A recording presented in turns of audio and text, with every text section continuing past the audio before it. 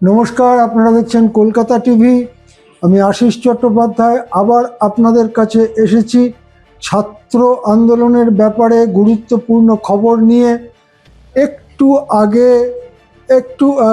অল্পক্ষণ আগে রাহুল গান্ধী এক্স হ্যান্ডেলে একটি পোস্ট করেছেন। সেখানে তিনি বলেছেন যে রাহিল লোচব নামে যে ছাত্র, যার গায়ে ছড়রা বন্দুকের গুলির আঘাত লেগেছে, যার একটি চোখ বিপন্ন, তিনি একটি চোখে দৃষ্টিশক্তি হারাতেও পারেন, তাকে দেখে এসেছেন রাহুল গান্ধী।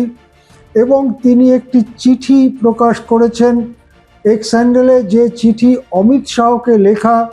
তাতে অমিত শাহকে তার জিজ্ঞাসা যে কিভাবে ছাত্রদের ওপরে এই ধরনের ভয়ঙ্কর আক্রমণ নামিয়ে আনতে পারে দিল্লি পুলিশ, এবং এ ব্যাপারে অমিত শাহর বক্তব্য দাবি করেছেন রাহুল গান্ধী।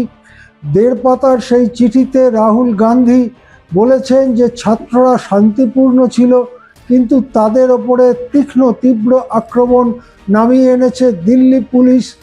এবং এই ব্যাপারে স্বরাষ্ট্রমন্ত্রক, যেহেতু দিল্লি পুলিশের নিয়ন্ত্রক হচ্ছে কেন্দ্রের স্বরাষ্ট্রমন্ত্রক, দিল্লি সরকার নয়, সেই জন্যে অমিত শাহ কেন্দ্রের স্বরাষ্ট্রমন্ত্রী এই জিনিসের দায়িত্ব এড়িয়ে যেতে পারেন না। এর থেকেই বোঝা যাচ্ছে যে ধর্মেন্দ্র প্রধানের ইস্তফার মধ্যে দিয়ে ককরোচদের আন্দোলন শেষ হলেও, বা যন্তর মন্তরে আন্দোলন শেষ হলেও, এই জিনিসটার রেশ গড়াতে থাকবে।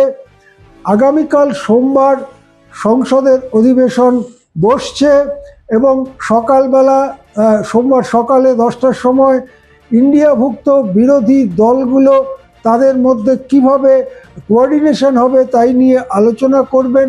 আমরা বুঝতেই পারছি অন্যান্য বিষয় তো রয়েছেই, যেমন রাম মন্দিরের দুর্নীতি বা বিভিন্ন মন্দিরের দুর্নীতি থেকে শুরু করে অন্যান্য বিষয় তো রয়েছেই, কিন্তু আরও বড় বিষয় হচ্ছে ছাত্র আন্দোলন এবং সমগ্র উচ্চ শিক্ষাটা যেভাবে দুর্নীতির ঘুঘুর বাসা হয়ে দাঁড়িয়েছে, তার বিরুদ্ধে বিরোধীরা যে জোরালো কণ্ঠে সংসদের মধ্যে তুলে ধরবেন তাদের বক্তব্য, সেই ইঙ্গিত স্পষ্ট হচ্ছে রাহুল গান্ধীর এই চিঠি লেখার মধ্য দিয়ে।